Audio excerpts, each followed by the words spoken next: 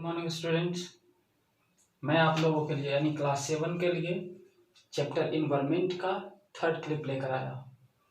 इस चैप्टर में मैंने थोड़ा सा चेंजिंग किया है। इस चैप्टर में इस लेक्चर में सिर्फ कुछ जो इम्पोर्टेंट पॉइंट्स है उसी को यहाँ पे लिखा गया है एंड जो बाकी चीज़ें ज़रूरी रहेगी हम उसे इंग्लिश में बोलेंगे। आप उसे ध्यान से सुनिएगा और समझने की कोशिश कीजिएगा। तो आज का टॉपिक है कि effect on environment by human, इंसान इन्वायरमेंट पे अपना इफेक्ट कैसे डालता है। दूसरा टॉपिक है इन्वायरमेंटल पॉल्यूशन। ये दो टॉपिक है आज का। बट इससे पहले जो हमने टॉपिक पढ़ा वो यहाँ पे भी दिया हुआ है। क्या क्या हमने पढ़ा एक बार उसे देख लेते हैं। इस चैप्टर की शुरुआत हुई थी इन्वायरमेंट के डिफिनेशन के साथ। इन्वायरमेंट को डिफाइन की गई थी कि everything that surrounds us termed as environment in short.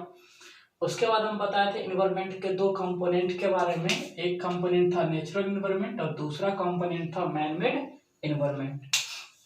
तो नेचुरल इन्वायरमेंट में हमने देखा उसका भी कुछ कंपोनेंट है जैसे लिथोस्फीयर, हाइड्रोस्फीयर, एटमॉस्फेयर और बायोस्फीयर। इन दोनों कंपोनेंट से अलग एक इकोसिस्टम के बारे में भी हम लोगों ने पढ़ा जो पीछे के वीडियो में आपको देखने को मिली होगी। फिर ह्यूमन इन्वायरमेंट के बारे में जानकारी मिली। तो ये सारी चीजों को हमने पिछले दो लेक्चर में कवर किया। अब आगे के जो लेक्चर्स हैं इफेक्ट ऑन इन्वायरमेंट, यहाँ शॉर्ट में लिखा हुआ है। तो इफेक्ट ऑन इन्वायरमेंट को समझने की कोशिश कर रहे हैं, हम समझा रहे हैं, आप समझने की कोशिश करें। इन्वायरमेंट ये पीपल के लाइफ पे यानी हर एक व्यक्ति के लाइफ पे अपना इफेक्ट डालता है एंड लोगों का लाइफ स्टाइल भी इन्वायरमेंट के वजह से चेंज होता है। अब जैसे सपोज आप अभी इस क्षेत्र में हो तो आप गर्मी के कपड़े पहन रहे हो, डेजर्ट में जाते तो कुछ और होता खान पान और कपड़ा, हिमालय वाले क्षेत्रों में या पोलर रीजन में जाते तो कुछ और होता। तो इन्वायरमेंट लोगों के लाइफ को अफेक्ट करता है, साथ ही साथ इंसान यानी ह्यूमन भी इन्वायरमेंट को अफेक्ट करता है। वो कैसे इन्वायरमेंट को अफेक्ट करता है यहाँ शॉर्ट में पॉइंट्स लिखे गए हैं कि वो कैसे करता है। जैसे सपोज इंसान क्या करता है, जंगलों को साफ करता है यानी डिफॉरेस्टेशन करता है। तो जब जंगल साफ की जाएगी तो इन्वायरमेंट पे उसका इफेक्ट पड़ेगा। दूसरा वो क्या करता है, नदियों के रास्तों को बदलता है। नदी के रास्ते को इसलिए बदलता है कि उसे इरिगेशन की आवश्यकता हो यानी खेतों में सिंचाई की आवश्यकता हो या फिर उस रास्ते में किसी चीज का निर्माण करना हो, इसलिए वो change the courses of river, नदी के रास्तों को चेंज करता है। तीसरा cut the mountains for terrace farming, वो यानी इंसान ह्यूमन माउंटेनस रीजन को यानी माउंटेन्स को भी काट काट करके उसे टेरिस फार्मिंग के लिए तैयार करता है और उस पर टेरिस फार्मिंग करता है। तो ये सारी चीजें हम क्या देख रहे हैं। इसके अलावा और भी बहुत सी चीजें हैं, बस यहाँ आपको ये समझना है कि इन सारे तरीकों से ह्यूमन इन्वायरमेंट पे अपना इफेक्ट डालता है। अब इसके वजह से ही शायद इन्वायरमेंटल पॉल्यूशन की सिचुएशंस तैयार होती है। तो देखते हैं इन्वायरमेंटल पॉल्यूशन से इन्वायरमेंट पे क्या इफेक्ट पड़ता है या फिर इन्वायरमेंट में इन्वायरमेंटल पॉल्यूशंस होती कैसे है।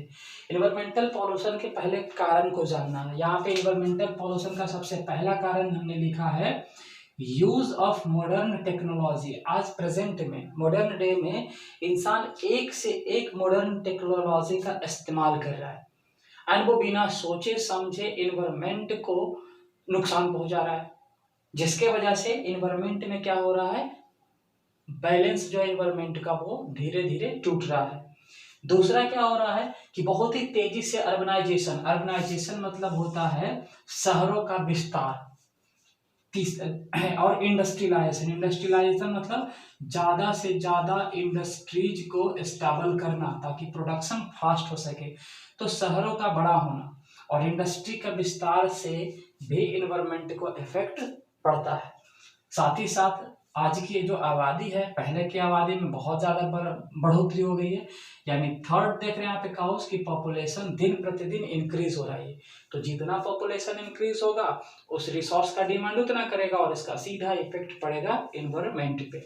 और ये सारे प्रॉब्लम्स या फिर कह सकते हो ये सारे काउज ही इन्वायरमेंट को पॉल्यूट करने का कारण बन जाता है। जैसे इसको एग्जांपल से समझिए। अब सपोज मान लीजिए यहाँ पे कि आज मॉडर्न टेक्नोलॉजी यूज हो रहा है, तो मॉडर्न टेक्नोलॉजी यूज करके रिसोर्स का इस्तेमाल किया जाएगा, यानी कोल हो गया, पेट्रोल हो गया, इन सब चीजों की इस्तेमाल की जाएगी। तो इसके वजह से सोसाइटी में दो तरह के सेक्शंस बट गए हैं। जैसे एक हो गया है रिच, तो दूसरा हो गया है पुअर। जिसके पास ज्यादा रिसोर्स है वो रिच है, जिसके पास नहीं है वो पुअर है। ये पहला इफेक्ट इसका देख रहे हैं एग्जाम्पल।